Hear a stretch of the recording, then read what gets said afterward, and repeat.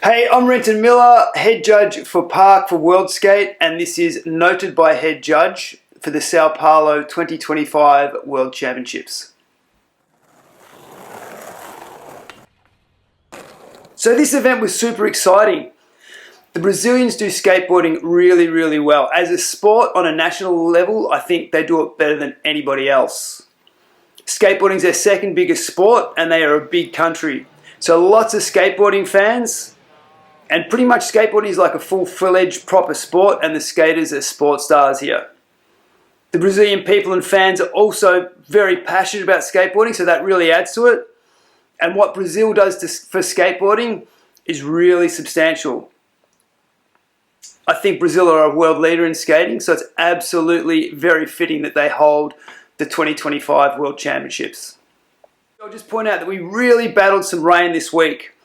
And although it was a big pain, big hassle for a lot of people having to wait for their heats in the wet, I think in the end we were able to come through with a really memorable event and really insane skateboarding. The standard was extremely high. The end of the competition was insane. It was really worth waiting for.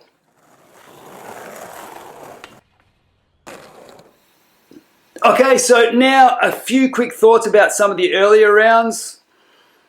I can't cover everybody, so sorry if I leave you out. If you're skating the World Championships of skateboarding, it means you're one of the best skaters in the world. Everyone deserves the credit, but the video can only be so long.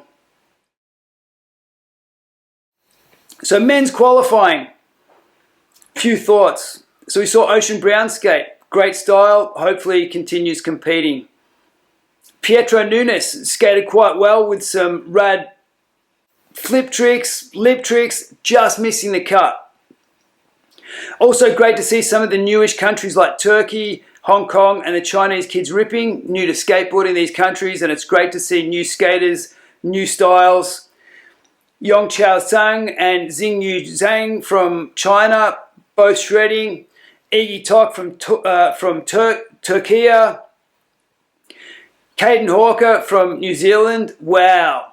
So 720 to fakie as a last wall in his run. So that's a new thing for park skating that I haven't seen before. 720 to fakie. There's some progression there, and I think that shows that that very soon we're going to be seeing some young kids bring some new stuff, and that's what's happened with skateboarding forever. But I think that just reminded anyone that saw it of the progression that you can see in skateboarding when you bring talented kids into it. So Caden Hawker from New Zealand, 720 to fakie, that was mad.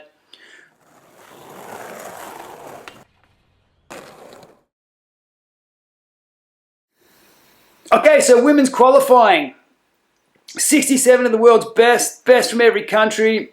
Always going to be a battle. So if I go down the list of names of people that didn't make it through to the next round, so many established skaters. At this level, it is absolutely cutthroat. So a few things that I noted. Minky Zhu from China. Great style, great approach to skating. Young skater, and I think we're going to see more of her in the future. Joey Yarbrough, some rad runs, switch cable aerial, great move. I think anytime that someone brings in tricks that other people aren't doing into this level of skateboarding, and it's something that's like a switch cable aerial, a nollie frontside through, I think maybe street skaters will think I'm weird calling it a switch cab, but nollie 360, the hip, it's great, rad trick. Meng from China, some very exciting skating from Meng.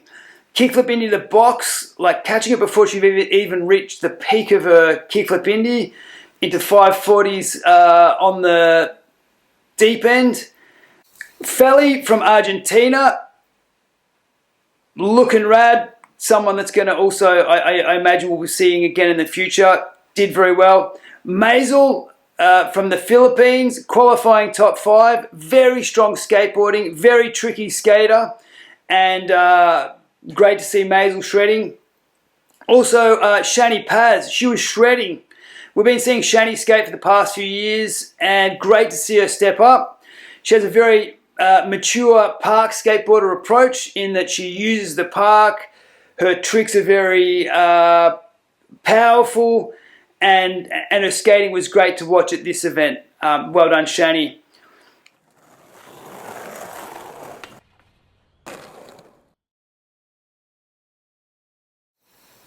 So men's quarters, plagued by rain. Again, just super competitive. We had so many skaters not make it through that we're used to seeing at a higher level. Tom Martin, Kieran Woolley, Alex Sorgente, Sawyer Inamata. It was hard to make the cut. It was cutthroat. We also had Tyler Etmeyer, Elaine Cortabatato, Pietro Nunes, Serafin Zeruta kill it as well, but also just miss out just because we had so many rad skaters at this event. Just sneaking in, we had Payo Gonzalez, great flowy lines from Payo. The Spanish used the skate park so well. Some good tricks, smooth style, use the skate park well. Payo Gonzalez is great to watch. Magnus Magyar from Germany, shredding. Martin Jack from Chile. Jake Hamilton. Man, Jake Hamilton, youngster, so much power, so much style, really killing it. To say that those guys were the last entries into the quarterfinals, I think really tells you the story of the level of the quarters. Pedro Quintas came out swinging. Tray flip Indy onto the bank. He's an amazing skater. The rest of his run was just full of power, tricks, so constant, and an absolute workhorse. Pedro Quintas, great to watch. Kensuke, great to have Kensuke back. I think he missed a few of the events. I think maybe he didn't compete in the Paris cycle, but he was consistently around for the Tokyo ones. Kensuke's an absolute ripper, brought some amazing tricks, has got a killer body jar. I think this was a fan favourite. I loved it too. Trick is really an example of doing a basic fundamental trick well and really making it a key part of your line. Kensuke followed that up, I think, in this round with a blunt kickflip. I mean, later on he went in to do like a frontside blunt, like I think he did crooked grind the rail, frontside blunt kickflip into the deep. That was his line after doing the monstrous body jar. That was in a later round. Great, just great to watch. Kensuke's skateboarding was just rad. And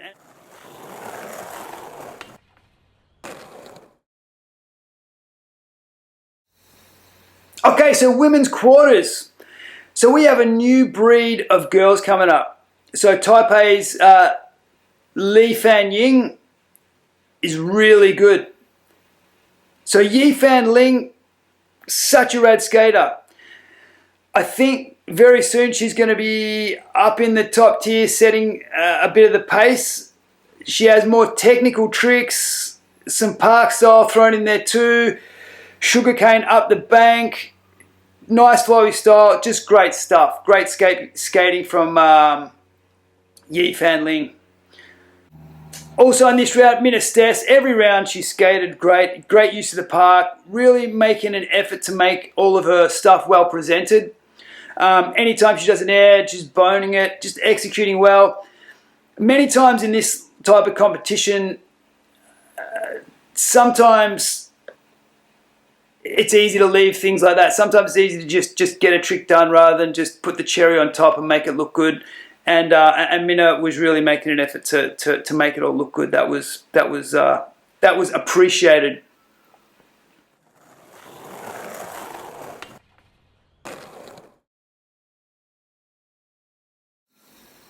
Men's semis. Okay, so Luigi Cini qualified first with some great flavour. Sugarcane up the bank rail into a frontside lip slide to Smith on the extension. And then ending his run with a crooked grind on the rail to a kickflip stalefish to fakie in the deep. Great run, nice variety, nice execution, some big flip melons in there. Put together really, really well. Well done, Luigi. Taylor Nye, absolutely shredding. Pound for pound, a really executed run with a lot of variety and consistency.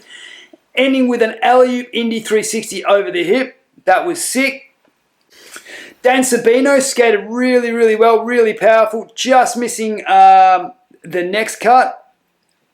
Some original tricks like cab heel flip indie off the extension over the hip. Non-stop his entire run, 540s, flip indies, all sorts of stuff. Going really fast, was really good. Well done, Dan. Gavin Botka, always creative, always working hard, always bringing a different type of skateboarding that we don't see from other skaters and sprinkling in his own flavour. And that's really important. Such a rad skater.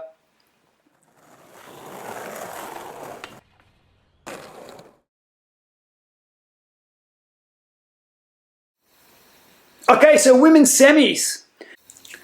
So going into the semis on the final morning, I think it was clear to most that this could be the final round of the competition. I think Arissa True saw that, and I think it looked like she wanted to make sure that if it was a rain out in the finals, she was in the best possible position if the semis were the final round.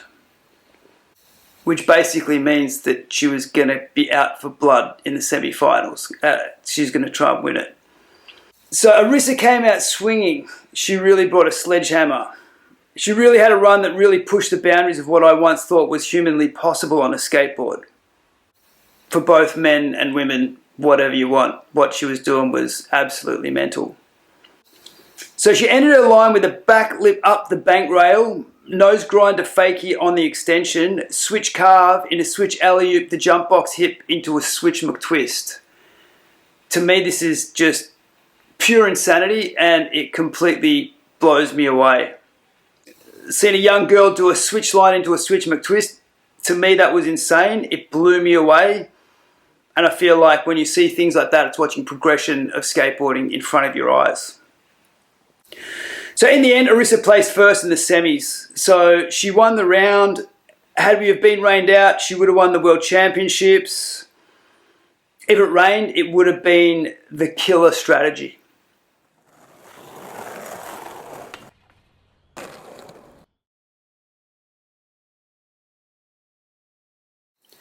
So in the men's final, after all the waiting, we actually had a final, and it absolutely did not disappoint. Tom Shah starting his run with a tailgate 540 over the love seat may have been the best trick over that obstacle, and ending his run with a 180 to switch crooked grind on the rail to fakie, that could have been the best trick on that obstacle too. Actually, I mean, I can pretty much say both of those tricks were the hardest tricks done on those obstacles. Tom was on fire, and getting third place, it was great to watch.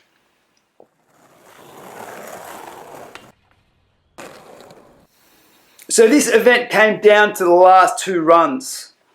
And the two skaters that were vying for that, I think are fast becoming known as skaters that are setting the standard in park skating at the highest level. Kalani Konig from Brazil and Egowitz Bahuska from Spain.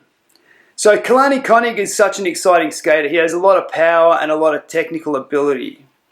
He skated great through all of the rounds. I think for anyone who watched the entire competition, it was no huge surprise that Ego and Kalani were up in the higher end of the placings at the end of the competition.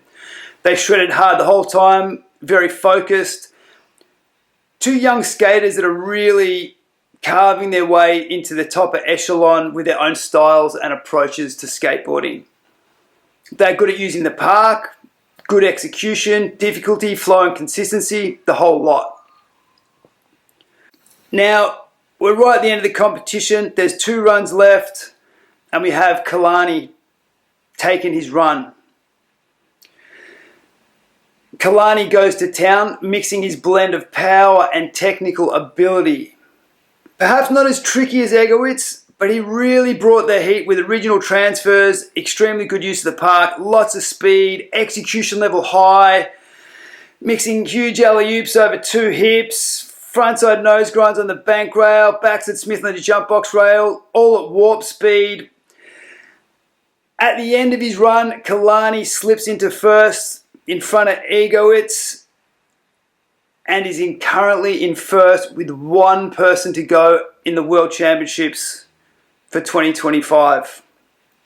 We have the Brazilian kid, fairly new on the block, not too many competitions at this level under his belt, with 1 run to go in front of him. And if that person bails, then he's world champ.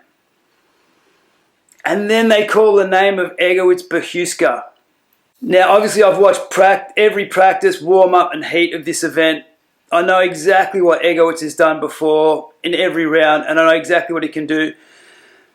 And I know exactly what he could possibly slot into his run that may put him above Kalani.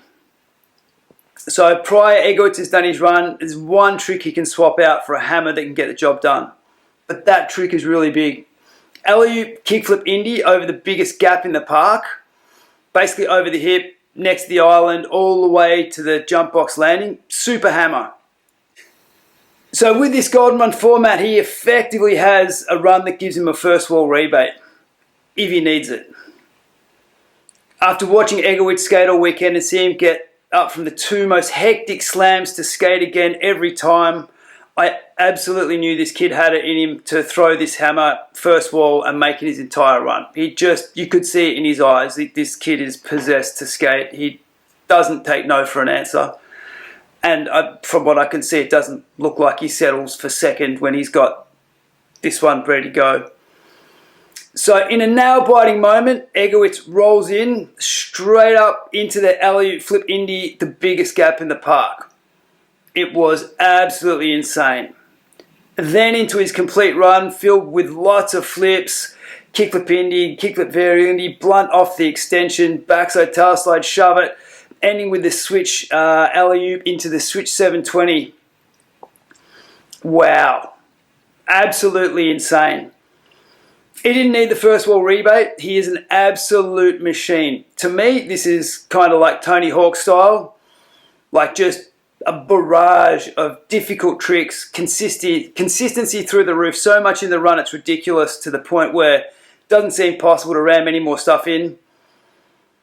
And yeah, wow, great use of the park, insane technical ability, high level of variety, consistency through the roof, as much flow as you can get when you're doing such mind-bending tricks, and a top-notch execution. So well done, Egowicz, the new world champion. And also big congrats to Kalani and Tom for second and third, and everyone else who made the finals, everyone else in the competition.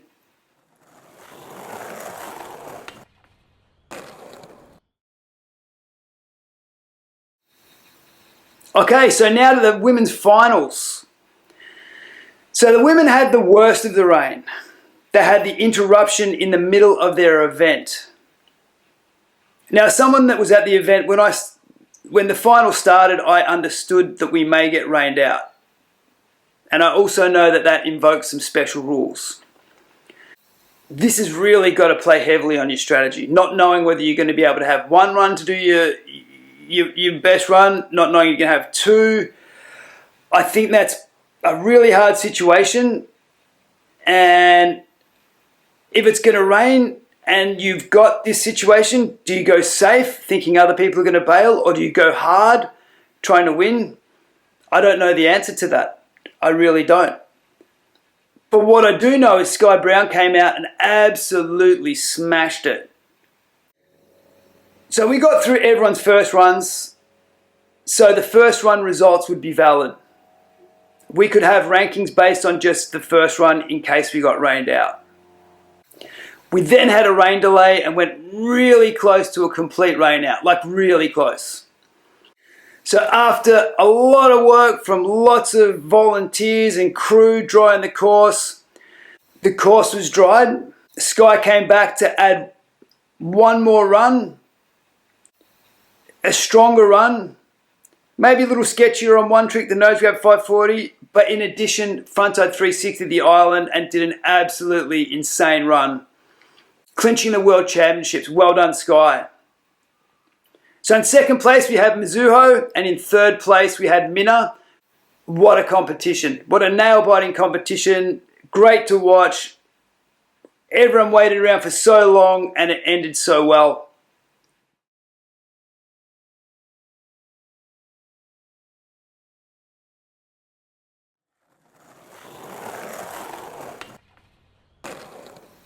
And just to add, myself and the other World Skate judges had the absolute privilege of judging the adaptive park. These crew were shredding. They all bring their own different flavor of skateboarding, but they're all super inspiring, and it was such a privilege to be able to judge these guys. So congrats to all of them, particularly the champion Vinny Sardi from Brazil, Rob Glover from South Africa, and Italo Romano from Brazil. They were the top three. Vinny in first, Rob in second, and Italo in third. What a killer event.